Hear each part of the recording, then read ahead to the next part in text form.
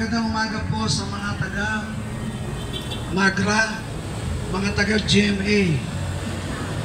Kami po ay ipinapadala sa inyo ng Panginoon sapagkat kami po mismo ay taga GMA, taga rito po kami. Kaya po, ang gusto ng Panginoon ay sarili munang bakuran ang mabless namin sa pamamagitan ng salita ng Diyos, sapagkat ang kaligtasan ay nag-uumpisa sa pamilya, ang kaligtasan ay nag-uumpisa sa sarili mong tahanan, ang kaligtasan ay nag-uumpisa sa sarili mong bakuran. Kaya po inuuna namin ang GMA sapagkat kami mga taga-GMA. Ako po ay taga rito lang, si Pastor Roger taga Area C. Kaya po, mga kapatid, mahal kayo ng Panginoon sapagkat inuna namin kayo na bahaginan ng salita ng Diyos sapagkat gusto ng Panginoon na kayo ay maligtas sa pamamagitan ng ating Panginoong Jesucristo.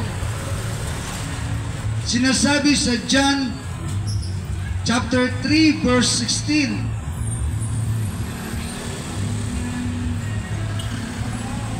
ang sabi rito, sapagkat kayo na lamang ang pagsinta ng Diyos sa sanglibutan. So dito, sinasabi ng salita ng Diyos ang ating Amang nasa langit. Si Yahweh, ang ating dakilang Diyos Ama, ay minahal sobra ang tao. Kaya, ang sabi rito, kayo na lamang ang pagsinta ng Diyos Ama sa sanlibutan na ibinigay niya ang kanyang bugtong na anak. Sino po yung bugtong na anak? Ang ating Panginoong Jesucristo. Upang ang sino man sa Kanya ay sumampalataya ay huwag mapahamak.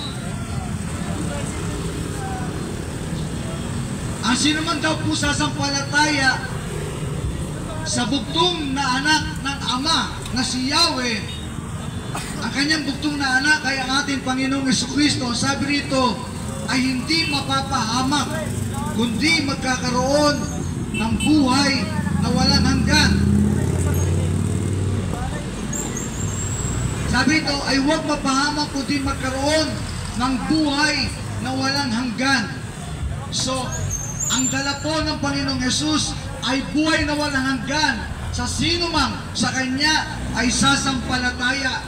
Ang tanging mo lang gagawin ay magpakumbaba at aminin ang iyong mga kasalanan at humingi ng tawad sa Kanya, at ikaw ay buong puso niyang tatanggapin at patatawarin.